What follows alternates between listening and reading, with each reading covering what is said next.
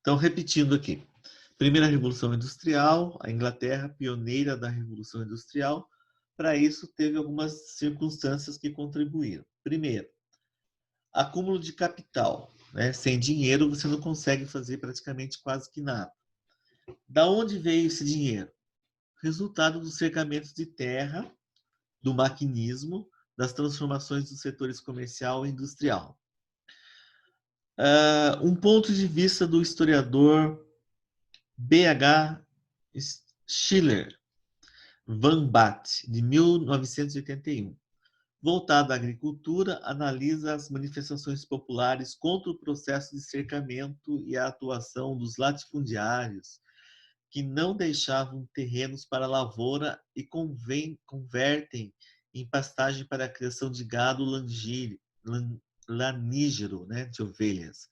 Então, o historiador Baat, ele relata esse caso, né, que aconteceram algumas revoltas por parte dos camponeses que perderam suas terras com o cercamento de terras. Então, eles perdem as suas terras e aí vai acontecer, vai gerar uma certa revolta na Inglaterra por conta disso. Thomas Moros, se entre vocês tiver alguém que vai fazer economia, ou for fazer direito, ou administração, vai estudar sociologia também, filosofia, vai estudar o Thomas Moros, tá? Thomas Moros é extremamente importante e olha que ele é de 1478 e morreu em 1535, autor do livro Utopia, e no livro dele ele vai satirizar de maneira crítica os rebanhos de carneiros que, em suas palavras, cobriam toda a Inglaterra. O que o Moros falava sobre isso? Os animais são tão dóceis e tão sóbrios em qualquer parte do mundo. Só que na Inglaterra, eles são tão vorazes e tão ferozes que devoram mesmo os homens e despovoam os campos, as casas e as aldeias. Na verdade, não eram os animais, né, gente? Era uma crítica, era uma piada que o Thomas Moros fazia. Não são as ovelhas que devoram os homens, são os homens que devoram os homens pelo poder, pela cobiça, pela idealização de riqueza rápida, né? Existe um outro filósofo, eu não vou lembrar quem é agora, quem sabe eu consigo lembrar, que diz assim que o homem é o lobo do próprio homem, né? É do iluminismo, a gente estudou já, eu não me recordo qual foi. Eu trago na próxima aula quem foi o autor dessa frase. O homem é o lobo do homem, que ele próprio persegue a sua própria espécie, né? E nesse caso aqui, pensando nas questões financeiras, né? No lucro, na boa vida. Professor, foi Thomas Hobbes. É Hobbes que fala? Não sei. Thomas Falou Hobbes? essa frase aí. Que falou. Eu fui procurar na internet. Já É, achou? sim. Boa, muito bom. Cal Polanyi. O que o Cal Polanyi fala? O cercamento seria um progresso óbvio se não ocorressem a conversão às pastagens. Então ele fala que era importante cercar mesmo as terras, era necessário. Só que cercaram as terras e converteram todas essas terras em pastos. E a agricultura? E a produção de alimentos? Frutas, verduras, legumes, hortifruti, né? Granjas. Como é que vai alimentar a população? Então, tem esse fator negativo, né? As terras cercadas valiam 3 vezes mais que as não cercadas. Por quê? Eles cercaram as melhores terras, né? As terras mais importantes que existiam na Inglaterra. Então, existe essa crítica também. Apesar da destruição das habitações, do desaparecimento de centenas de aldeias, da restrição de empregos, houve o resultado dos cercamentos. A lã produzida na fazenda de carneiros dava emprego a pequenos poceiros e agricultores sem terra. Novos centros, aqui eu comi uma palavrinha, tá? Novos centros de tecnologia e de lã garantiam renda a uma quantidade de artesãos. Tornar a Inglaterra reino rico e poderoso fazia parte de uma política mercantilista. Na onde estava essa política mercantilista? No que se alicerçava, no que se baseava essa política mercantilista? No acúmulo de capital, no acúmulo de dinheiro, quanto mais dinheiro, melhor, e numa balança comercial favorável. Quem sabe me dizer o que seria uma balança comercial favorável? Vamos lá. Seria uma balança onde os lucros são superiores aos déficits, talvez. Quem está dizendo? Gustavo. Muito bem, Gustavo, exatamente isso. Uma balança comercial favorável é quando você vende mais do que quando você compra, né? Não dá tempo nem de eu pesquisar. Da próxima vez eu dou um tempo para você, Pedro, não se preocupe, tá? Uma balança comercial favorável é exatamente isso, quando você vende mais do que você compra. E a Inglaterra estava assim, por cima, né? Tudo dava certo para a Inglaterra. Oh, que beleza, Inglaterra. Aqui a gente tem 2 teares, né? 2 teares mecânicos, ilustração retirada do livro História das Incríveis Invenções de 1849, Biblioteca de Nova York, em Nova York. A revolução da produção têxtil teve início com a lançadeira volante de John Kay. Depois, a máquina de fiar inventada por James Hargreaves, em 1763, passou a fazer os serviços equivalentes a 8 trabalhadores. Com James Watt, conhecido como o verdadeiro inventor da máquina a vapor, a produção ganhou um incremento e os produtos passaram a ser produzidos nas fábricas em larga escala. Quando eu for falar para vocês das atrocidades que aconteciam nas fábricas, não me deixem esquecer de contar para vocês o que as fiadeiras, as máquinas de tear faziam com os couros cabeludos das mulheres, tá? Já imagine o que elas faziam.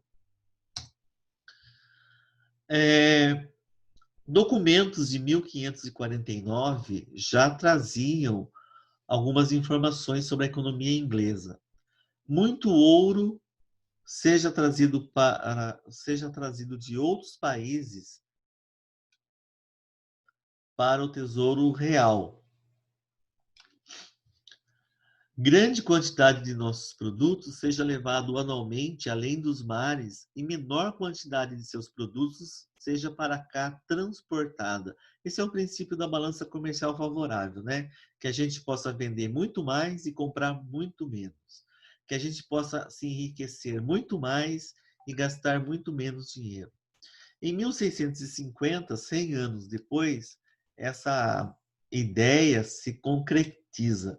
A Inglaterra se constitui um grande império ultramarino, né, um grande império além do mar, apropria-se de colônias portuguesas e espanholas nas Índias orientais e ocidentais, mais precisamente nas Índias, no país das Índias e no Caribe, e passou a disputar o mercado comercial com holandeses e franceses, principalmente na pirataria, né, que eram os grandes corsários franceses e holandeses.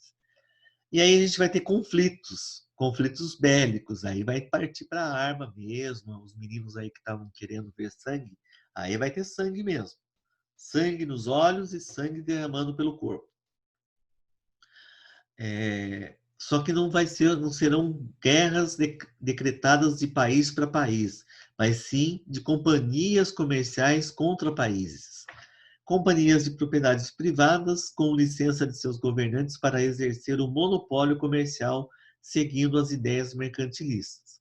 Então eles tinham o direito de comercializar e grande parte do lucro era enviado para as colônias, para as metrópoles, desde que seguisse o princípio mercantilista. 3 grandes companhias, eu não coloquei o nome em inglês, achei desnecessário, mas seriam a Companhia Holandesa das Índias Orientais, a Companhia das Índias Orientais e a Companhia das Índias. Eles eram muito criativos, né? Todos eram Companhia das Índias, só que uma era oriental, a outra Companhia da Índia Oriental, holandesa, e a outra Companhia da Índia. O monopólio comercial favoreceu o acúmulo de capital para a metrópole, então era monopólio, era comércio exclusivo, acúmulo de investimentos em setores produtivos, quanto mais ganhava dinheiro, quanto mais investia na produção industrial, transformação longa e lenta durante o século XVI e se consolidou no século XVIII, então foram aí 16, 17, 18, 3 séculos para se construir um império da Revolução Industrial na Inglaterra, e fazem da Inglaterra, né, o grande berço da industrialização. Aproveitamento das dificuldades do artesanato, mais o excesso de mão de obra no campo, mais a distribuição de terras, de matéria-prima e de instrumentos de produção para domicílio entre camponeses quanto às grandes oficinas. Então, eles vão usar essa grande massa de trabalhadores desprovidos de terras e de emprego para usar no chão das fábricas, né? Eles vão ser trabalhadores das fábricas ou então vão trabalhar em casa produzindo para as grandes indústrias. Transformação do processo de produção, a separação entre o produtor e o meio de produção, essa é a grande diferença, né? O artesão, gente, ele era dono do produto, ele era dono dos meios de produção e ele era dono da matéria-prima. Agora não, agora ele é o produtor, agora existe o produtor e o meio de produção, né? O empregado e o patrão. Consenso entre historiadores. Os historiadores chegam num consenso, né, num ponto de vista comum. Esse processo histórico resultou na expropriação, quer dizer, na retirada dos trabalhadores dos seus meios de produção e dos seus meios de subsistência. Eles deixam de trabalhar por conta própria para se tornar assalariados, né? Deixam de viver nas suas próprias casas para viver de forma subhumana, muitas vezes. Aqui, mas uma máquina de fiação, né? Duas, uma mecânica e outra hidráulica. Organize as ideias. Uma dica, tá, pessoal? Esse Organize as Ideias, deixa eu pegar o livro aqui. Esse Organize as Ideias, se não me falha a memória, tem 3. Tem 3 respostas corretas, tá? Vocês vão somar 3 respostas e colocar no quadradinho ali, tá? Então, vocês vão somar. Só tem uma que está errada. Soma e coloca a somatória. Aí a gente vai chegar finalmente à divisão do trabalho. O capital, né, o dinheiro, excedente em investimentos e tecnologia, vai dar origem a grandes oficinas e fábricas caseiras. E com ela a divisão do trabalho ou divisão do processo produtivo. Possibilitou um aumento considerável da produtividade, contribuiu fatidicamente para o desaparecimento do artesanato corporativo, que era um sistema característico do feudalismo. Então, o artesão deixa de existir. Aí tem o texto do Interpretando Documentos, que vocês vão ler com muito carinho, sobre o processo, a divisão do processo produtivo, e vão responder as 3 questões. E para finalizar, os ingleses também dispunham de grandes reservas minerais, carvão e ferro, algodão e lã, abundavam, né, tinha em grande quantidade, adquiridos a preços baixos, eram transformados em fios e depois em tecidos. O carvão queimava, a queima movia as máquinas a vapor e o ferro produziam as máquinas. Todos esses fatores explicam o pioneirismo inglês na Revolução Industrial. Outros estados possuíam mão de obra disponível, matéria-prima barata, recursos minerais, capital acumulado, tecnologia. Porém, todavia, entretanto, contudo, só a Inglaterra possuía tudo isso em um mesmo lugar. Fatores que fizeram da Inglaterra o berço da primeira revolução industrial. E o resto continua na próxima aula. Certo, senhores? Certo, professor. Certo. Entendido nessa aula? Entendido. Tudo ok? Tudo Tudo ok, ok. bora comer. Há alguma dúvida? Não, nenhuma. Muitas graças. Nenhuma? Muitas graças. Muito bem. Nada mais havemos a tratar nesse momento. Eu agradeço a participação de todos.